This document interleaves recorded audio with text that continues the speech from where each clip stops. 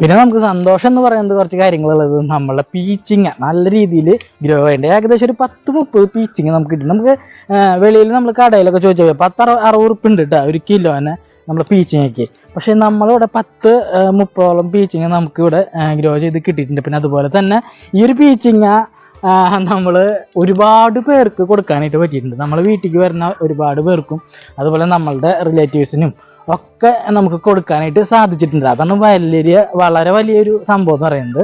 പക്ഷെ നമ്മളിത് ഇത്രയും സംഭവമായിട്ട് വരുന്ന ഒരിക്കലും വിചാരിച്ചിട്ടില്ല. പിന്നെ നമുക്ക് വേറെ എന്താ കേസ് എന്ന് വെച്ചാൽ നമ്മളുടെ പടവലം നമുക്കൊരു ഭയങ്കര വിഷമായിരുന്നു. പടവലം തരി പൂ പോലും ഇട്ടുണ്ടായിരുന്നില്ല. ഇന്ന് പടവലം കായ്പൂ ഇടുകയും വലിയ വലിയ കായകൾ ഉണ്ടായിട്ടുണ്ട്.